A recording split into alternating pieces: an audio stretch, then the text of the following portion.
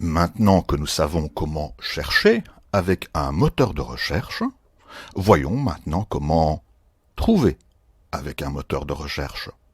Nous allons apprendre à analyser les résultats de nos recherches. Partons d'une question. Voici une jeune fille qui voudrait acheter des fleurs pour sa maman qui habite à Bruxelles.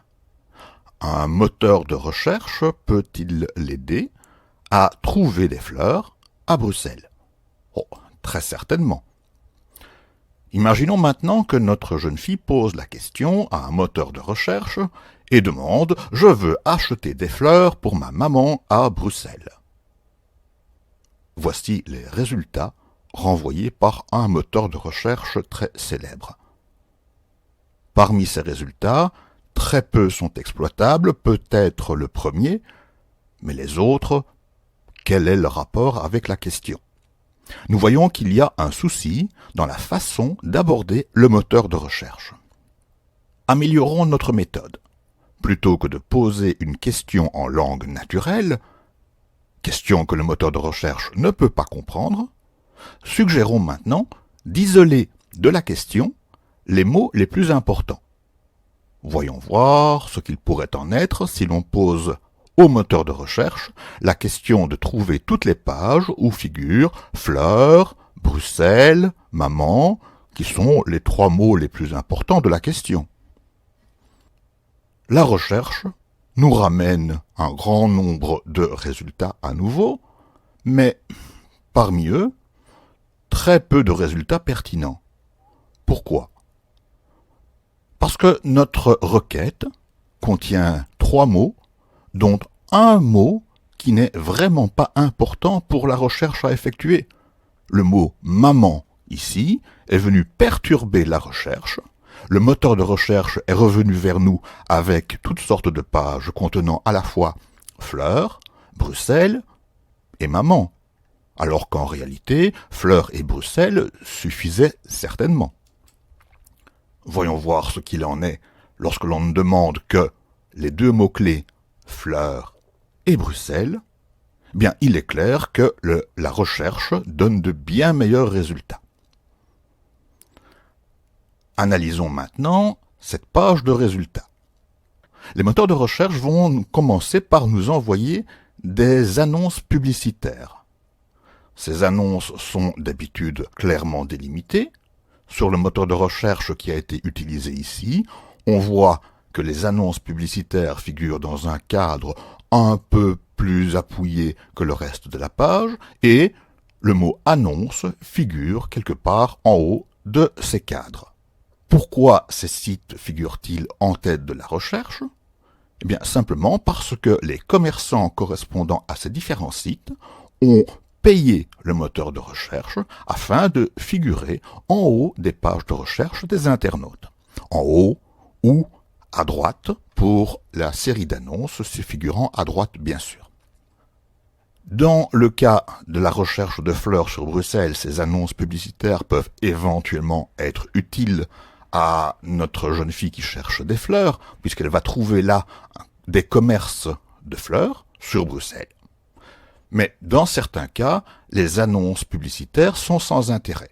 Prenons un exemple avec une recherche pour le cours de sciences, par exemple, où on souhaiterait avoir des informations sur une alimentation équilibrée.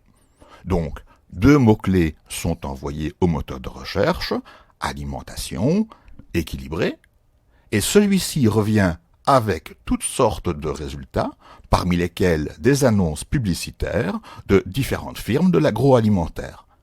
Dans le cadre du cours de sciences, ces annonces publicitaires sont très certainement à négliger.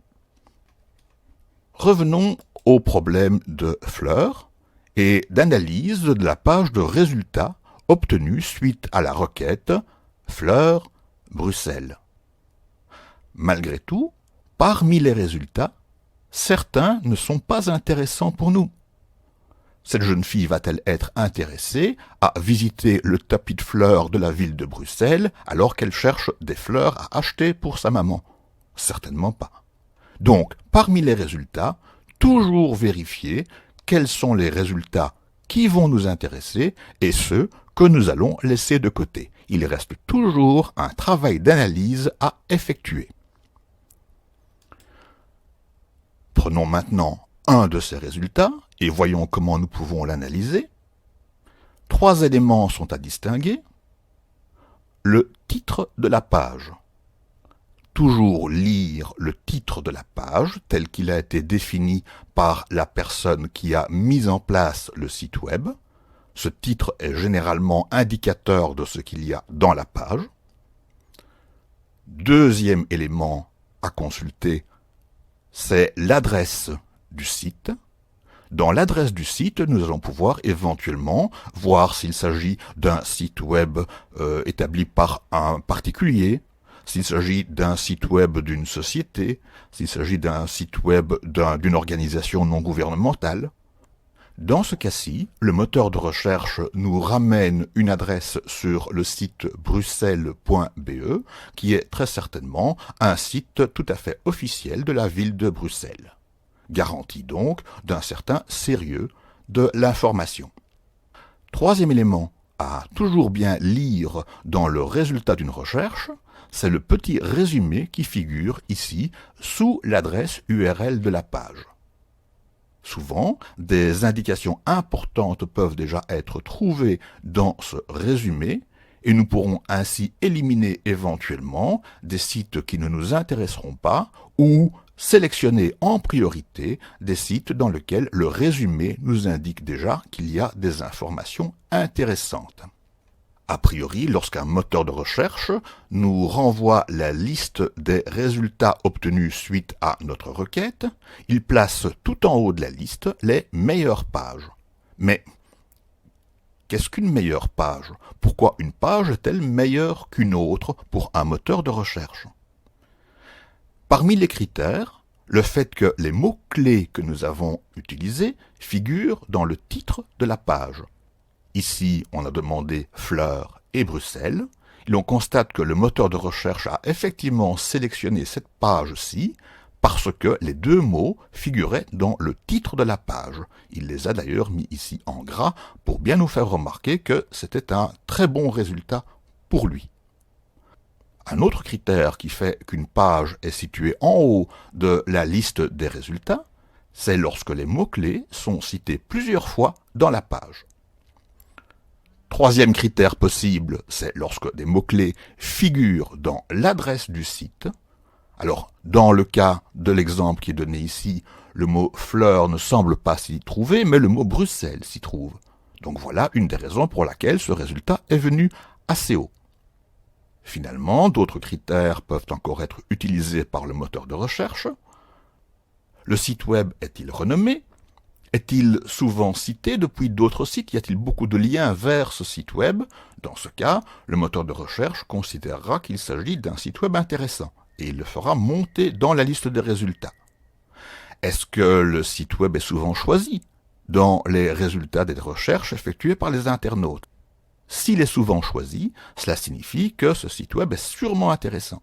Les moteurs de recherche peuvent également analyser le temps passé sur la page par les internautes.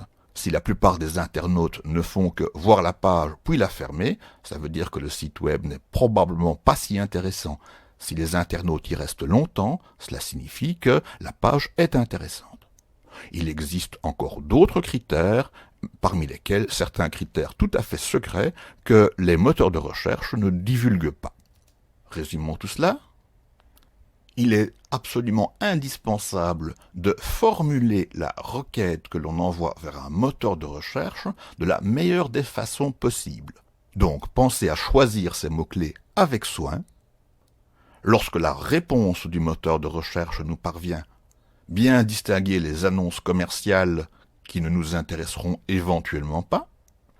Pour chacun des résultats, il faut analyser les informations que nous renvoie le moteur de recherche, le titre de la page, son adresse, son résumé, et parmi les résultats qui sont renvoyés, sélectionner minutieusement ceux qui nous conviennent le mieux pour la recherche que nous avions à effectuer.